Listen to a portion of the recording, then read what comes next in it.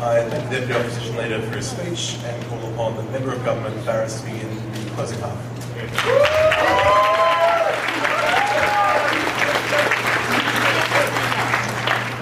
Way to keep it classy, guys.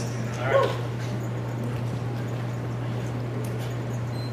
Mr. Speaker, over the last 3 days, I've noticed that 1 out of every 4 things in this country has San Miguel stamped on it.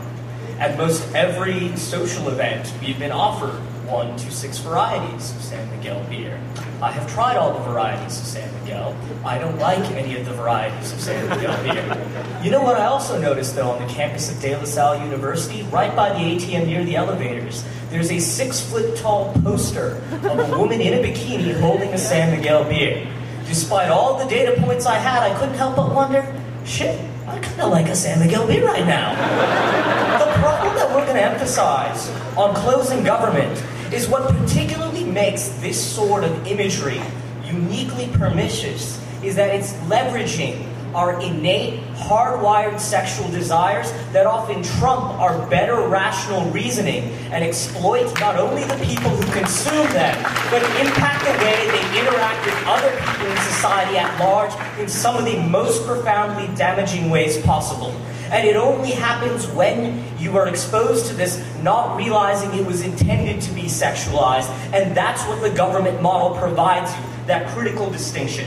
First, a few points of rebuttal. First, I want to observe that the big point that went all up and down opening opposition, that you need to be exposed to these other stimulus to question the dominant normative theme, that entire tool is only supposedly necessary in response to a status quo where dominant heteronormative beliefs have been formed by the existence of these sexualized images to begin with. So it can't be the solution, it was the problem to start out with.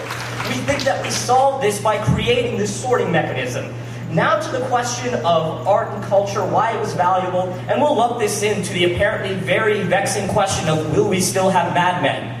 We think, Mr. Speaker, that when you have these stores that exist that are no longer considered dirty, because we recognize a lot of content will be put in them, you can still have sex play a meaningful role in art and culture, a meaningful role in people questioning their identities, in understanding the relationship of sexual dynamics, in forging history, and forging the way that men and women interact. The key distinction is when you make the choice to enter this store, you understand that there's going to be this sexual component there. That you're given a cognitive defense that you're not given in the status quo, beyond the fact that you're opting in to begin with. So even the people that want to see these images, they're protected at a secondary level that they're not going to be leveraged in the same way by ad companies that are misusing sexuality. So we don't think that the value of sex in art and culture is profoundly harmed on our side of the house. Then they talk about why it harms those involved, because all things within these categories get lumped together. Mr. Speaker, not all movies that are rated R or restricted are seen as one and the same, because they're rated R often for very different reasons. Let's say the store is big, have aisles in the store where you divide up the types of content based on what they are and how potentially sexualized they may be. Don't randomly sort Mad Men in with hardcore gay pornography. Well, it might make it more interesting, but we don't think you have to do that. Alright, so this notion that you're going to harm art as a whole simply isn't going to happen. Substantive matter. Why do we think that this is profoundly exploited for consumers? Mr. Speaker, getting aroused preys upon hardwired elements of your psyche, of what you biologically respond to, that you as an individual, as much as you may try, will scarcely and probably never truly understand. There have been studies that have been shown, I believe it was an MIT study, that showed that individuals could fill out a survey about risks that they were willing to take under normal circumstances. Then, in the next part of the study, the same group of people were asked to masturbate. And just shortly prior to completion, they had them fill out a similar survey about their risk-taking preferences. What happened? The same people, when aroused, were profoundly more risk-taking. They were willing to do things when aroused that they would have never done before that had nothing to do with sex. And that's the key point here. You can use sex to make people do things that they rationally and reasonably would never do that have nothing to do with sex itself. There's no reason why looking at a sexualized image, we don't think it's a good idea that looking at a sexualized image should induce me to buy a beer I wouldn't want, a car I wouldn't want, something that I wouldn't want in any other context. So we think this is bad for consumers. But the more important harm we see here is the impact it has on how consumers interact with other people. Because the almost Pavlovian linkage that these sorts of ads create, the idea that the attractiveness and proffered sexuality suggests that there's a value that justifies that product that doesn't otherwise exist, links attractiveness, sexuality with the value of that good, and fundamentally then commodifies those individuals and those individuals' sexuality. The impact of this is when you decide, when you're making various, I'll take you after this, when you're making decisions that involve choosing among different people in the workplace, at a bar, or on the street, you will implicitly associate value with the more attractive people, and you will necessarily start to discriminate them. This is very problematic because we know empirically, beyond race, especially in Western liberal societies, and even beyond gender, attractiveness, should advertising be allowed to appeal to social insecurity, to fear, to excitement, to hunger, to liking nice colours, or is sex the one thing that draws people away from a wholly rational decision, whatever that even might mean? If you could prove that elements of fear are nearly as intractable as sexual preferences, then perhaps. We don't think that that's the case. So back to this point. We think that it's problematic to incent people to continue to discriminate against people who are less attractive, mostly because in the status quo we recognize that in terms of earning potential, studies have shown one of the biggest ways you can improve your quality of life and how much money you're going to make. It's not a question of what race you are, what gender you are, but how attractive you are. And that's not a protected class in any society, so these people are discriminated in the status quo, and this is only furthered on their side of the house. We think this is bad for consumers, but we think it's even more bad for society at large by creating this truly perverse linkage between value and humanity. We don't think you should buy your toilet bowl based upon the attractiveness of the woman sitting next to it. We think it's bad for the woman, and it's bad for you, because it was probably a crap toilet bowl. We're proud to propose.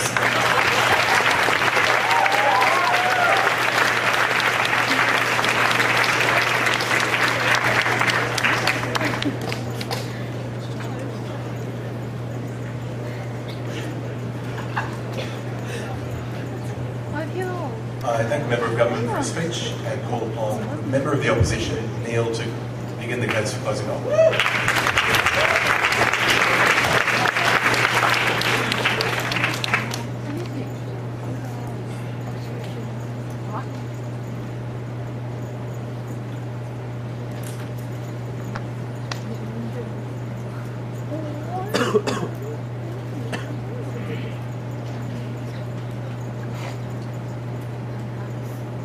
Right, Mr. Speaker, sir, ladies and gentlemen, I'm just going to say one thing. This debate's contained a lot of insights. Insights that I'm really not comfortable with. Moving on, Mr. Speaker, sir. Should really have thought of the joke in advance. Moving on, Mr. Speaker, sir, ladies and gentlemen. What are we doing extending the case for government for opposition today is looking at two things. I'm going to talk specifically about sexual development, because we think it's important that in this motion you make sure that nobody under whatever age they're going to allow people into these stores is never get to see a single nipple or breast or anything, ladies and gentlemen, that might turn somebody on, and we think that's problematic.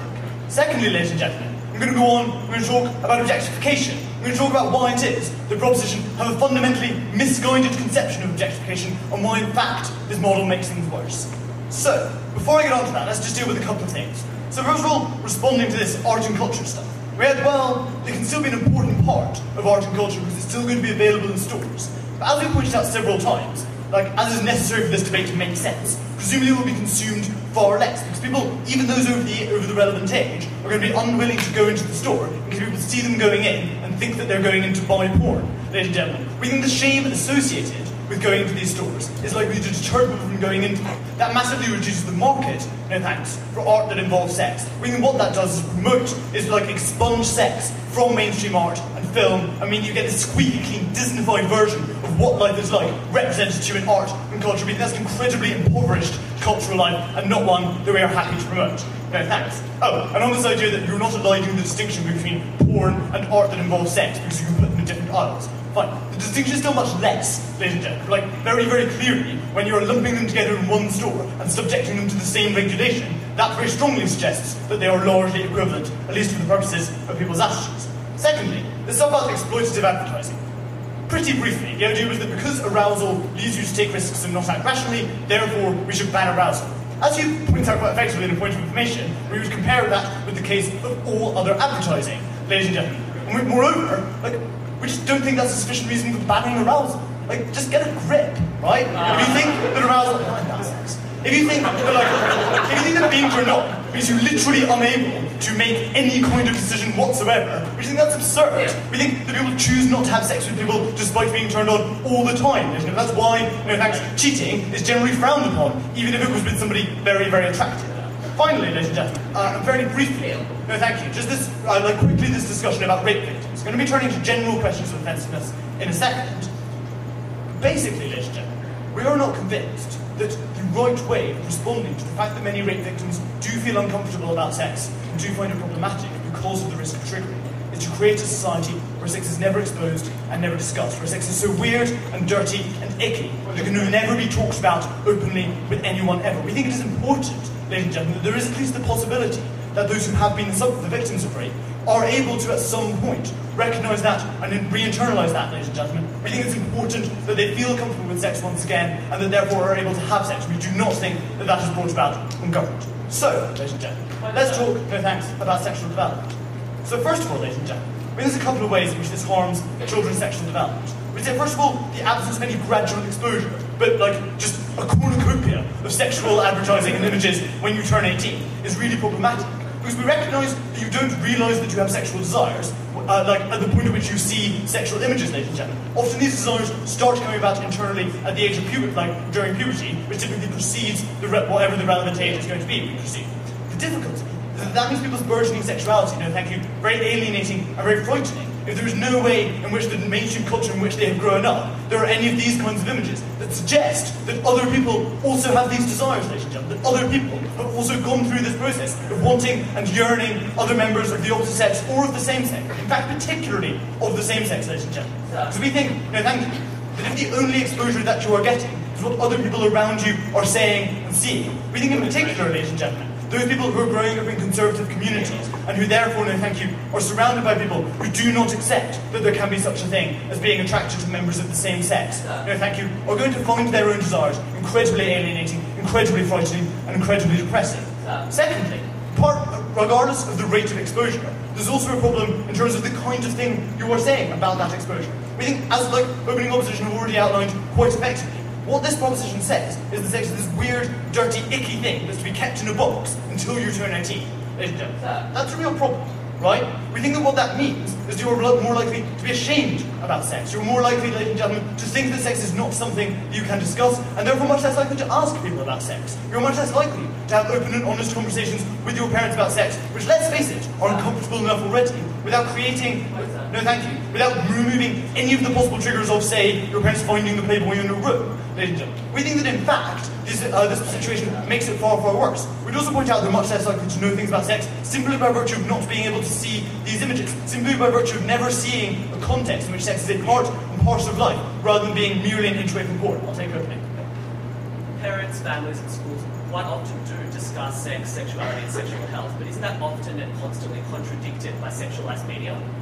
No, I'll be dealing with the extent to which sexualized media says harmful things about sex in a moment. Very briefly to finish this point, we think that when people know less about sex, we think that in fact that generally means they will have less good sex or less sex, ladies and gentlemen. We think that in fact, creating a situation in which people's first sexual experiences, are likely to be uninformed by any fiction about what sex is like, about the kinds of emotions you can expect to feel as a result, ladies and gentlemen, means that that experience is likely to be incredibly distressing, incredibly frightening, and incredibly alienating.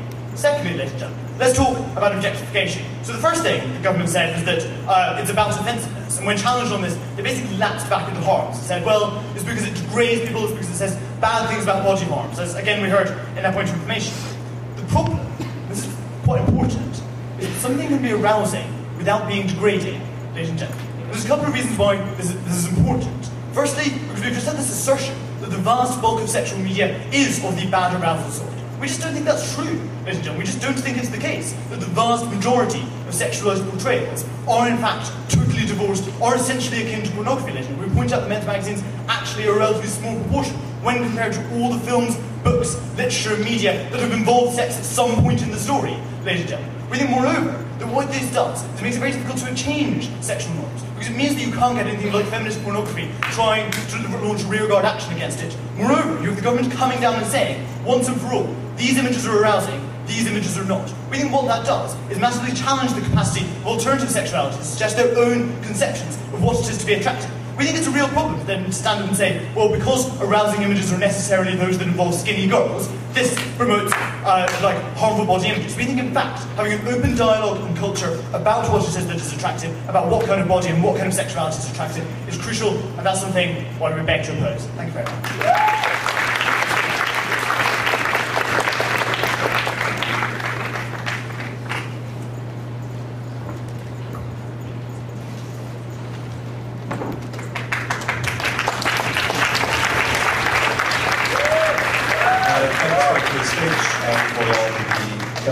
Michael to conclude the government bench.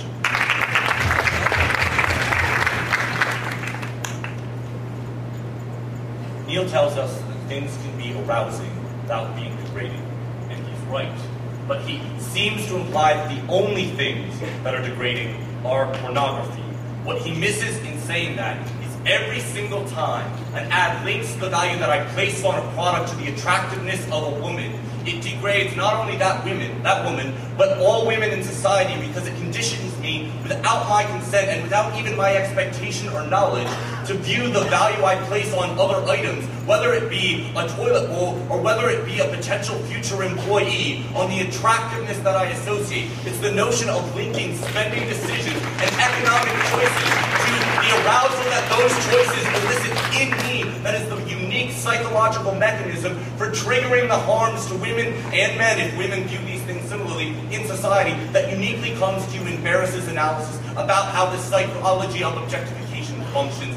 That's the reason that you're going to get harms to. That's the reason you're going to get harms to women and harms to minority sexualities. Again, Ben tells you in his speech that it's really bad that oppressive social norms make it harder for minority sexualities to exist and thrive and be recognized. We are the only side in today's debate that has given you a different mechanism from the clearly ineffective status quo to change these norms that lead to harms to these minority sexualities. 2 points of summary in today's speech. First, how does sex affect our thinking? And then second, what does this policy do to our thinking about sex? And what does it mean for norms in society? Before we do that, I want to really quickly deal with Neil's very silly extension, which I had already kind of hit in a point of information. It's like, children aren't going to be exposed to sex early enough. Like, clearly you can still have sex ed and still talk about these things, and if this is a knife, you can't have it, but I don't think it is. You can probably even show images in sex ed, and parents can show images to children if the children and parents consent. The philosophy behind the model in today's debate is sex and exposure to children needs to be in a controlled environment, when you can more likely guarantee accuracy of information and ensuring that there is trust and not the kind of rumors that many of us heard growing up as adolescent males and females about what sex is and is not. It also tells you in the point of information that, like, isn't it the miscues and misbeliefs about sexuality that permeate society that lead children to have false views about sex and uncomfortable first sexual encounters. I think clearly a world in which the dialogue is constructive and controlled about sex, while not perfectly informative about how children should have sex later in life, is much healthier than the current view when girls come to think about sex as, well, I need to be really skinny in order to have it, and men come to think about sex as, wow, I see all of these people on TV and in magazines engaging in really aggressive sex, I need to be the aggressor. We change those norms. 2 points to my first point about how sex affects our thinking. The first thing that I want to point out is that however it affects our thinking, we often don't consent to it. Not just in the sense that we're hardwired and, arousal happens, but in the sense that we don't realize the effect that sex has on us and that it plays on us, right? The couple that's exposed to the racist person that's exposed to a biracial couple is very cognitively aware of the fact that it is their biases that are affecting their perception of that couple. When Ferris doesn't take the time to stop and think until today's topic, today's round, that perhaps it's the appearance of the woman on the San Miguel beer that causes him to buy the beer, no thank you, that means that this choice isn't something that he consents to. Now, opposition says, oh, well then any sort of misleading advertisement that preys on insecurities is clearly something that we should be banned. We think sex is different in two key ways. First is the fact of the significance of the uncontrollable and irrational response, right? At the point where it is rooted in biology and something that is practically universal, as opposed to just something that may or may not have been a life experience, we think it is A, more common, and B, harder to overcome. See the MIT study that never gets a response from closing opposition that tells you that you are significantly more likely to take risk-taking behaviors in a state of sexual arousal as opposed to non-arousal. But clearly the bigger distinction is, if you could prove that misleading advertisements led to the type of harms to autonomy of other individuals in society and led to the same treatment of other groups in society that sexual advertisements do, of course we would be okay with banning them and saying federal regulators should step in and limiting people's access to that type of information. The second thing that I want to say about how sex affects our thinking is that it changes when we know going into it whether or not we can expect sexual content as something that we're going to be exposed to. Right? We think on our side of the house, when people choose to enter these stores, choose to enter these shops, they know they're having a sexual experience. So when we hear from Neil that, well, get over your arousal, if you go in knowing to expect the arousal, it is much easier to overcome the effect that it has on your arousal because you are priming yourself psychologically to say, okay, this is something I need to be prepared for. You can't consent to that or prime for it when you're exposed to an advertisement on the street. No, thank you. The next thing that I want to say, though, in the second question in today's debate, is how this thinking affects norms about sex and culture in society. And here's where I first want to deal with the existence of art. Because we still have art on our side of the house. We admit that we're probably going to have less of it. We still have Mad Men. We think we're probably going to have less of it. We recognize there are some economic harms, in the second bed, some economic harms to limiting the access, some economic incentive that will be affected by limiting the access to these things. We think you may have some classier shops that perhaps specialize in sexualized art because there may be a market for it. And we think if there's any group in society that is willing to do things that are considered maybe a little bit tasteless and risky, artists are probably the ones likely to do that. So we think the type of sexual expression that is least likely to be harmed is art. I'll tell you why ads are the sexual expression that is most likely to be harmed and why that's great after I take you. So you claim that some damaging norms are constructed by heteronormative media, but under your model, some people carry on consuming that media, others just consume no media about sex at all. Where do the changes that we gave examples of at opening come from? Because when you have a significant percentage of the population not consuming heteronormative media, they are much better positioned in the discussion about sexual norms in society to advocate a non-heteronormative view. Yes, the heteronormative viewpoint still exists on both sides of the house. This is a marginal comparison about who decreases the prevalence of that view and, more importantly, increases the acceptedness of alternate narratives. In the status quo, there's certainly a silent minority and perhaps close to a silent majority of people who, had they not been exposed to these sexual medias throughout their lives in a pervasive and way in which they did not consent, would very likely adopt a less heteronormative view of sexuality, a less aggressive view of sexuality. We can't intuit that that will necessarily happen to every individual who isn't constantly exposed to a nearly naked woman holding up a razor to tell you you need to shave at the age of 18. But we do think that decreasing the exposure of men and women alike to those ads, to those types of norms, is what changes behavior throughout society. So ads are the ones that are most likely to be affected by this because advertisers demand a large market for their products. At the point where we take away the incentive for advertisers to ubiquitously flood society with these types of ads unless an individual consents to it, that's how we change the image of women and men alike as sexually commodified objects. That's the unique psychological mechanism that we give you for telling how things like discrimination in the workplace and other harms that objectify, commodify, and undermine the autonomy of women exist. We change those. We're the only ones who give you a mechanism for changing them. We beg to propose.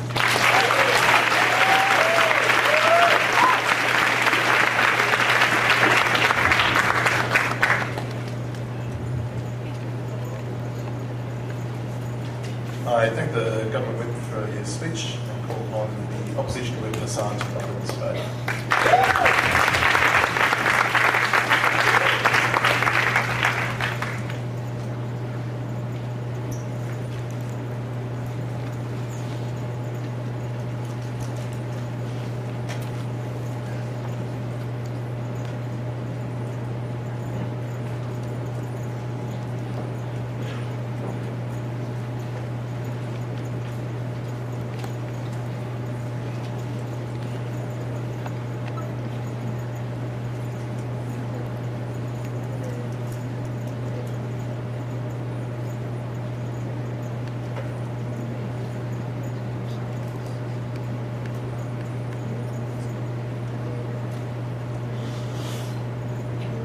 Ladies and gentlemen, what these guys want to tell you is that you are being constantly exposed at the moment to heteronormative images of sex. The problem for the proposition is that in their world, the only times you encounter images of sex are those times when you seek them out. When you're over the age of 18, and that sex is in a box at the top of the counter in that special shop, and you go in, you seek it out. It's only when you're looking for something with sexual content that you come into contact with that sort of thing in the first place. I wonder whether you're more or less likely to be challenging the kind of norms present in those media under their world. Less, I think. Several things I want to talk about in my speech. Firstly, general justifications for this regulation, mostly coming out of the first problem. Secondly, sexual development. Thirdly, objectification and sexual advertising. And finally, further benefits of having, or further harms from having sex in this way. Firstly, justification for regulation that we get from these guys. What they say, firstly, is that it is a sufficient reason for this policy that people want to opt out of seeing some sexual images. And they say, why? Because sex is different. In the first speech, this is just like sex is really meaningful for some people. In the second speech, we get, well, it's linked to your psychology and so forth. The first thing to say is these are not relevant differences, right? These are things also in common with like deeply held political views, these other things also in common with any kind of reason that someone would be offended. Because ex hypothesized, they are being offended at that point, right? So presumably they have in fact suffered that emotional harm. Then, but the other thing about this argument, right, is that even if, right, there is some kind of benefit associated with not having to see things we don't want to see, it's very clear why that particular sort of benefit should be so important in this debate that they basically win, right? And bear in mind how small the benefit is, because it is for these people who do not want to be exposed to these images, the harm of just not looking at the top shelf in the news section. It is actually quite easy to tell whether a film is going to have sexual content from the off. It is quite easy to tell where these kind of magazines are going to be situated. So the benefit, if there is one, is incredibly small. Second, sexual development. What Neil tells you in extension is that the problem with this policy is that you have sex at the age of 18 in special shops and special websites, but you do not have sex permeating gradually through media, through art, culture and society. That is a big problem, because you do not get the gradual exposure to sex and the emotions that go with sex and the importance of sex in social life as you grow up, okay? Several problems with that Neil highlights. The first is that minority sexualities, i.e., people who are transgender or gay or whatever, are less likely to come to terms with those things. They say you may well be attracted to them. That may be true, right, but comparatively less likely, because it often is the case that you need to be exposed to the image of that to understand the emotion that can come with that, the fact that other people have felt those emotions, and feel less alienated from yourself in that way. Secondly, if you see that the particular desires that you experience are come up less likely in the daily lives of others, right? Because they do not appear in the films you watch as a 16-year-old or a 15-year-old. You may well find the experiences and the emotions you have alienating and depressing. Again, not true of all people, but we expect it will be true of a significant number of people, because they cannot get to grips with the fact that other people feel those things too. So one response to this is to say, well, have more sex education. Sex education can teach you basics, and it can try to explain through words the kind of emotional and responsibility issues that come with sex. But those words and those diagrams are inadequate to explain the kind of emotional bonds and the kind of deep love and psychology that go with actually having sex and actually seeing sex. That's something that images can translate far more than words or diagrams, okay, Mr. Speaker. It's something that you cannot just get in a classroom. The other thing to point out about this, okay, is that they say, what Bear says on this is, well, you need to secure the accuracy of the information. But of course, you're not doing that, because the information that these kids receive is now, the only information that they receive is now leaks. That some kid has watched some film and it's playground banter, okay? What that means is you're much more likely to get harmful stereotypes about what sex involves. It means you're much more likely to get kind of rape myths propagating. It means you're much more likely to have heteronormative stereotypes about what sex is propagating. Because that's all you hear in the context of the playground. No. Next point, no. Objectification. What Neil tells you is several points of analysis on this, most of which are specifically, most specific bits of which go unresponded to. Firstly, much of the things they're talking about do not objectify. So a love scene in a film which shows the coming together of two people and the love and the way that manifests itself in sex does not objectify them. It is not sufficient for these guys to say some groups, it's like some cases within the whole set of people we're talking about are bad, and therefore the whole group must be banned. That's an argument for a different debate, namely the banning of sexual advertising.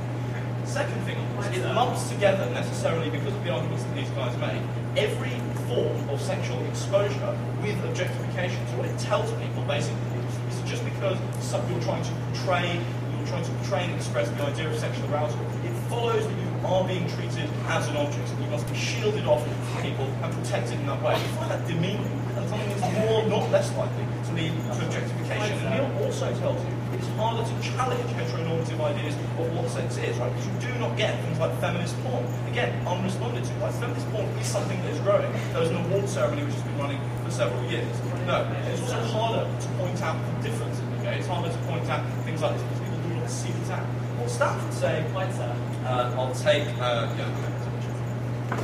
Or is it only a marginal group of people who are exposed to sex against their will, when your whole op case is the benefits of accidental exposure on everyone?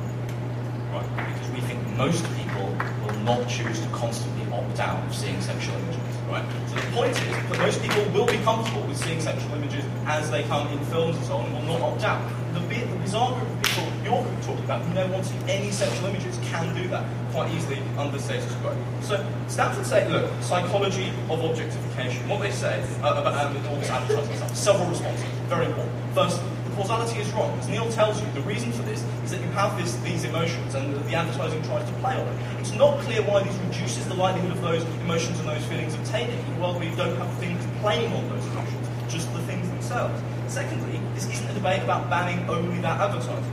Thirdly, because you do not come into contact with contrary things, you are less likely to be able to counter those things. On this just the last point on sexual advertising, they say arousal is irrational. Now, Baer tries to draw two distinctions in this speech. The first thing is to say it's more deeply embedded than other things. False, things like class are very deeply embedded. The fact that there is a study for that doesn't mean they win. Secondly, the harms obviously just collapse into that previous point about objectification, Mr. Speaker. So that is not an independent reason.